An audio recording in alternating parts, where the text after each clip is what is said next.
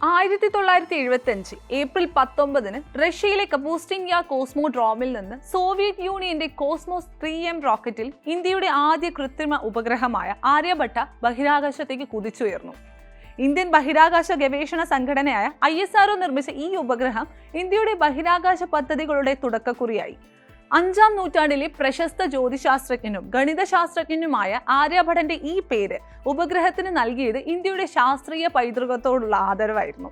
2025 April 19 ആര്യഭട്ടയുടെ വിക്ഷേപണത്തിന് 50 വർഷം തികയുമ്പോൾ ഇന്ത്യയുടെ ബഹിരാകാശ രംഗത്തെ അതിശയിപ്പിക്കുന്ന മുന്നേറ്റങ്ങൾ ഓർമ്മിക്കുകയാണ്. 1960കളിൽ തിരുവനന്തപുരത്തെ തുമ്പ ഇക്വിറ്റോറിയൽ റോക്കറ്റ് ലോഞ്ചിംഗ് സ്റ്റേഷനിൽ നിന്ന് സൗണ്ടിംഗ് റോക്കറ്റുകൾ വിക്ഷേപിച്ചാണ് ഇന്ത്യ ബഹിരാകാശ ഗവേഷണ രംഗത്തേക്ക് കടന്നത്. വിക്രം സാരാഭായ് ഇന്ത്യൻ ബഹിരാകാശ പദ്ധതിയുടെ പിതാവ്. രാജ്യത്തെ ശാസ്ത്ര സാങ്കേതിക വികസനത്തിന് ബഹിരാകാശ ഗവേഷണം അനിവാര്യമാണെന്ന് തിരിച്ചറിഞ്ഞു. 1963 രോഹിണി സൗണ്ടിംഗ് റോക്കറ്റ് പരീക്ഷണങ്ങൾ വിജയം കണ്ടെങ്കിലും 1970കളിൽ ഇന്ത്യക്ക് സ്വന്തമായി ഉപഗ്രഹ വിക്ഷേപണ വാഹനം ഉണ്ടായിരുന്നില്ല. ഉപഗ്രഹ വിക്ഷേപണ വാഹനം വികസിപ്പിക്കാനുള്ള പദ്ധതി ആ സമയം ഡ്രോയിങ് ബോർഡിൽ മാത്രമായിരുന്നു. അതിനാൽ സോവിയറ്റ് യൂണിയന്റെ ഇന്റർകോസ്മോസ് പദ്ധതിയുടെ ഭാഗമായി 1972 മെയ് 10 ഇന്ത്യ ഒരു കരാർ ഒപ്പിട്ടു. ഈ കരാർ പ്രകാരം ഇന്ത്യ നിർമ്മിക്കുന്ന ഒരു ഉപഗ്രഹം സോവിയറ്റ് റോക്കറ്റിൽ വിക്ഷേപിക്കാമെന്ന് ധാരണയായി. 1974 ഇന്ത്യ പൊഖ്രാൻ അണുപരീക്ഷണം നടത്തിയതിനെ തുടർന്ന് അമേരിക്ക ഇന്ത്യക്കെതിരെ ചില ഉപരോധങ്ങൾ ഏർപ്പെടുത്തി. ഇത് ആര്യഭട്ടയുടെ വിക്ഷേപണത്തിന് അമേരിക്കയുടെ സ്കൗട്ട് റോക്കറ്റ് ഉപയോഗിക്കാനുള്ള ആദ്യ പദ്ധതിയെ ബാധിച്ചു. അമേരിക്കയുടെ താൽപര്യക്കുറവ് മൂലം സോവിയറ്റ് യൂണിയന്റെ ചെലവരഹിത വിക്ഷേപണ ഓഫർ ഇന്ത്യ സ്വീകരിച്ചു. ആര്യഭട്ടയുടെ നിർമ്മാണ ഉത്തരവാദിത്തം പ്രൊഫസർ UR റാവുവിനെ ഏൽപ്പിച്ചു. അമേരിക്കയിലെ നാസയിൽ പ്രവർത്തിച്ച പരിചയമുള്ള റാവു 200 ശാസ്ത്രജ്ഞരും എഞ്ചിനീയർമാരും അടങ്ങുന്ന ഒരു സംഘത്തെ നയിച്ചു. തിരുവനന്തപുരത്തെ ഭൂമധ്യരേഖയോട് സാമീപ്യമുള്ളതിനാൽ ബഹിരാകാശ പരീക്ഷണങ്ങൾക്ക് അനുയോജ്യമായിരുന്നു. എന്നാൽ കടലിന്റെ സാമീപ്യവും ഉപ്പുവെള്ളത്തെറിപ്പും ക്ലീൻ റൂം ഉപകരണ ലാബുകൾ എന്നിവ സ്ഥാപിക്കുന്നതിന് തടസ്സമായി. അതിനാൽ ബംഗളൂരുവിലെ പീനിയ എന്ന വ്യവസായ മേഖലയിലാണ് ഉപഗ്രഹത്തിന്റെ നിർമ്മാണം നടന്നത്. ഹിന്ദുസ്ഥാൻ എയ്റോനോട്ടിക്സ് ലിമിറ്റഡ് പോലുള്ള സ്ഥാപനങ്ങളുടെ സാമീപ്യവും വ്യവസായ പിന്തുണയും ബംഗളൂരുവിനെ ഈ ദൗത്യത്തിന് അനുയോജ്യമാക്കി. ആര്യഭട്ടയ്ക്ക് 360 കിലോഗ്രാം ഭാരവും 26 വശങ്ങളുള്ള ഗോളാകൃതിയും ഉണ്ടായിരുന്നു. 12,000-ലധികം ഇലക്ട്രോണിക് ഘടകങ്ങൾ, 20,000 സോളാർ സെല്ലുകൾ, 25,000-ലധികം ഇന്റർ കണക്ഷനുകൾ എന്നിവ ഉൾപ്പെട്ടതായിരുന്നു ഇതിന്റെ ഘടകങ്ങൾ. സോവിയറ്റ് യൂണിയൻ നൽകിയ സോളാർ പാനലുകളും നിക്കൽ കാഡ്മിയം ബാറ്ററിയുമായിരുന്നു ഊർജ്ജ സ്രോതസ്.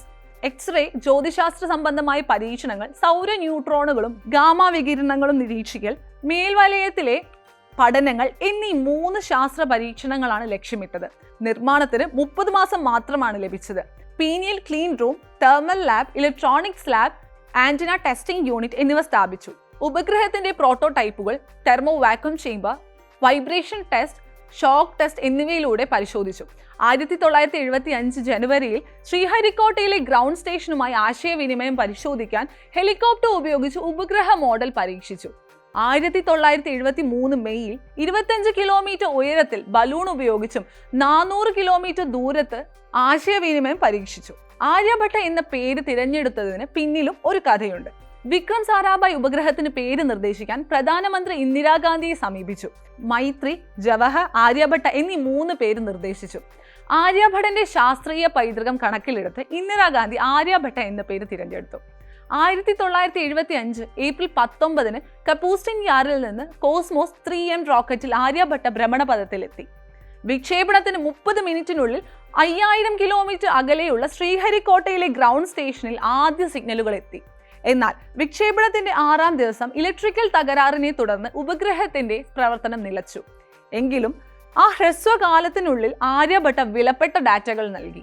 ശ്രീഹരിക്കോട്ടയിൽ നിന്ന് ബംഗളൂരുവിലേക്ക് ശബ്ദ സംപ്രേഷണം വിജയകരമായി നടത്തി. ഇലക്ട്രോ കാർഡിയോഗ്രാം സിഗ്നലുകളും സമാനമായി അയച്ചു. പൂനെയിലെ ഇന്ത്യൻ കാലാവസ്ഥാ വകുപ്പിന്റെ സഹായത്തോടെ കാറ്റിന്റെ വേഗത, താപനില, ദിശ എന്നിവ ശേഖരിച്ചു. ഉപഗ്രഹ രൂപകൽപ്പന, നിർമ്മാണം, ട്രാക്കിംഗ്, ടെലിമെട്രി, ടെലികമാൻഡ് എന്നിവയിൽ ഇന്ത്യക്ക് അനുഭവം നേടാനായി. 1992 ഫെബ്രുവരി 11 ആര്യഭട്ട ഭൗമാന്തരീക്ഷത്തിൽ തിരിച്ചെത്തി.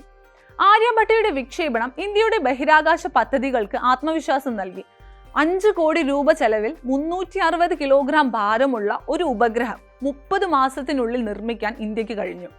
ഇത് സ്വന്തമായി ഉപഗ്രഹങ്ങൾ രൂപകൽപ്പന ചെയ്യാനും നിർമ്മിക്കാനുമുള്ള ഇന്ത്യയുടെ കഴിവ് ലോകത്തിന് കാണിച്ചു കൊടുത്തു. പരിമിതമായ ബജറ്റിനുള്ളിൽ ഉപഗ്രഹം നിർമ്മിച്ചത് ഇന്ത്യയുടെ നൂതന സാങ്കേതിക വൈദഗ്ധ്യം തെളിയിച്ചു.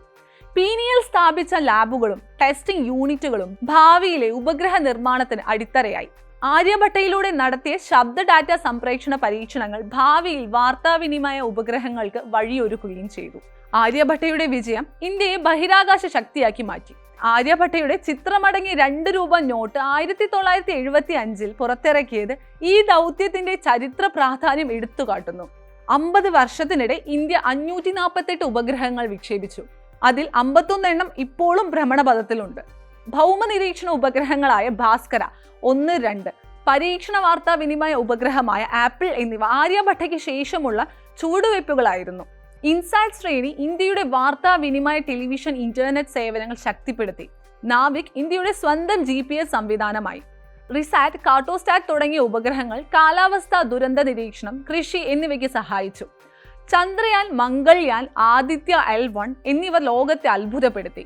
മനുഷ്യ ബഹിരാകാശ യാത്രയായ ഗഗൻയാൻ ചന്ദ്രനിൽ നിന്ന് മണ്ണ് ശേഖരണത്തിനായുള്ള ചന്ദ്രയാൻ 4 2035 സ്വന്തം ബഹിരാകാശ നിലയം എന്നിങ്ങനെയുള്ള ഭാവി പദ്ധതികൾക്കും ആര്യഭട്ട വഴികാട്ടിയായി.